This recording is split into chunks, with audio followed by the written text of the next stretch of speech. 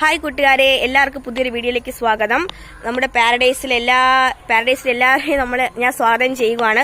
ഇന്നത്തെ നമ്മുടെ ടോപ്പിക്ക് നമ്മുടെ കന്നുകുട്ടികളുടെ പരിപാലനമാണ്. ഇതാണ് നമ്മുടെ ഏറ്റവും ഇളയ കുട്ടി, ഇവിടെയുള്ള എസ്തേർ കുട്ടി. അപ്പോൾ നമ്മൾ മുന്നേ തൊട്ട് എവിടെ വരെയുള്ള കന്നുകുട്ടികളെ എങ്ങനെ സംരക്ഷിച്ചു അതിനെക്കുറിച്ചുള്ള ഒരു പരിപാലനമാണ്. കാരണം മുന്നേക്ക് നമുക്ക് ഇങ്ങനെ പൊക്കിൾ വീർത്ത് ഒരുപാട് കന്നുകുട്ടികളൊക്കെ നമുക്ക് നഷ്ടമായിട്ടുണ്ട്. അപ്പം അങ്ങനെ വിഷമിക്കുന്ന ഒരുപാട് സുഹൃത്തുക്കൾ നമ്മളിടയിൽ കാണും. അവർക്കൊക്കെ വേണ്ടി ഒരു വീഡിയോ ആണ് ഇന്നത്തേത്. അപ്പോൾ എന്തൊക്കെയാണ് നോക്കാം. ആദ്യം ചെയ്യേണ്ട കാര്യം എന്താണെന്ന് ഞാൻ പറഞ്ഞുതരാവേ.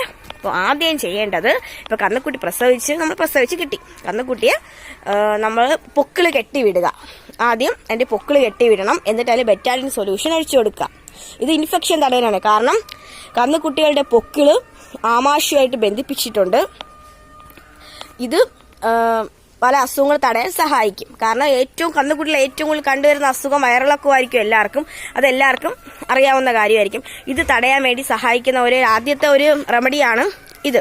അതിനുശേഷം ഡെയിലി നമ്മുടെ പൊക്കിള് ഉണങ്ങുന്നത് വരെയും ഉപ്പുവെള്ളം എന്നും തളിച്ചു കൊടുക്കുക. അതിൽ അടുത്ത് ചെയ്യാനുള്ള കാര്യമെന്ന് വെച്ച് കഴിഞ്ഞാൽ, പ്രസവിച്ച കന്നുകുട്ടികളെ ഈർപ്പമുള്ള സ്ഥലത്ത് ഇടാതിരിക്കുക. കാരണം അവിടെ നിന്ന് പൊക്കിളിൽ നനവ് തട്ടി ഇൻഫെക്ഷൻ ഉണ്ടാവാൻ ഒരുപാട് ചാൻസ് ഉണ്ട്. അതുകൊണ്ട് തന്നെ നല്ല ഉണങ്ങിയ, അതായത് നമ്മൾ ഇതുപോലെ മണ്ണുള്ള തറയിൽ തന്നെ ഇടാൻ ശ്രമിക്കുക. മഴ സീസണാണെങ്കിൽ കുറച്ച് ബുദ്ധിമുട്ടാണ്. ആ സമയത്ത് വക്യോൽ ഇടുവാണെങ്കിൽ വക്യോല് കുറച്ച് നല്ലൊരു ഫിക്സഡ് ഇന്റർവെൽസിനിടയിൽ അത് മാറ്റിക്കൊണ്ടിരിക്കുക. കാരണം അതിൽ അടുത്ത വക്യോലിലെ നനവ് വീണ്ടും ഇൻഫെക്ഷൻ ഉണ്ടാവാൻ ചാൻസ് കൂടുതലാണ്. വക്യോൽ ഇടുവാണെങ്കിൽ അത് നനയും തോറും മാറ്റുക. മഴ സീസണിന്റെ കാര്യമാണ് പറഞ്ഞത്. അല്ലാത്തപ്പോൾ ഇപ്പോൾ ഉണങ്ങിയ തറ നമുക്കുണ്ട്. ഉണങ്ങിയ തറയിൽ ഇടാവുന്നതാണ്. അടുത്ത് ശ്രദ്ധിക്കാനുള്ളത്, കന്നുകുട്ടികൾക്ക് പാല് കൊടുക്കുമ്പോൾ അതിൽ മഞ്ഞപ്പൊടി ചേർത്ത് കൊടുക്കുക. അത് ഒരുപാട് ഇൻഫെക്ഷൻസ് തടയുന്നതിന് സഹായിക്കും. മഞ്ഞപ്പൊടി ഇട്ട് കൊടുക്കുക. അത് ഡയറക്റ്റ് ഇപ്പോൾ പശുവിൻ്റെ നിന്ന് കുടിക്കുന്നതല്ല. അത് അങ്ങനെ കൊടുക്കാത്തവർ കാണുമല്ലോ. അങ്ങനെ വിട്ട് കഴിഞ്ഞാൽ ചിലപ്പോൾ പശുക്കൾ എന്നും കറക്കണമെങ്കിൽ അങ്ങനെ വിടേണ്ട അവസരങ്ങളുണ്ടാവും. അങ്ങനെ കൊടുക്കാത്തവർ, ഇപ്പം നമ്മളിവിടെ പാത്രത്തിലാണ് കൊടുക്കുന്നത്, അങ്ങനെ കൊടുക്കുന്നവർ മഞ്ഞൾപ്പൊടി ചേർത്ത് കൊടുക്കാൻ ശ്രമിക്കുക. അത് വയറിളക്കം ഉണ്ടാവുന്നത് തടയാൻ സഹായിക്കും. കാരണം കന്നുകുട്ടികൾ മെയിനായിട്ട് വയറിളക്കം വന്നാണ് മിക്ക കന്നുകുട്ടികളും ചാവുന്നത്, അല്ലേ അമ്മ?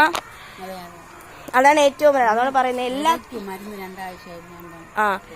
അങ്ങനെ അടുത്ത് കൊടുക്കാനുള്ളത്, ജനിച്ച് 15ന്റെ അന്ന് ഇരയ്ക്കുള്ള മരുന്ന് കൊടുക്കേണ്ടതാണ്. അത് ഒരു ടോണിക് സിറപ്പായിട്ട് തന്നെ കിട്ടും. അത് 2 പ്രാവശ്യം കൊടുക്കും. കാരണം നമ്മളിപ്പോൾ ജനിച്ച് 15ന്റെ അന്ന് കൊടുത്തു കഴിഞ്ഞാൽ അടുത്ത് വീണ്ടും ബാക്കിയിരിക്കുന്നത് അടുത്ത 15 ദിവസം കഴിയുമ്പോൾ കൊടുക്കണം. ഇങ്ങനെ 2 പ്രാവശ്യമായിട്ടാണ് ഇരയ്ക്കുള്ള മരുന്ന് കൊടുക്കാനുള്ളത്.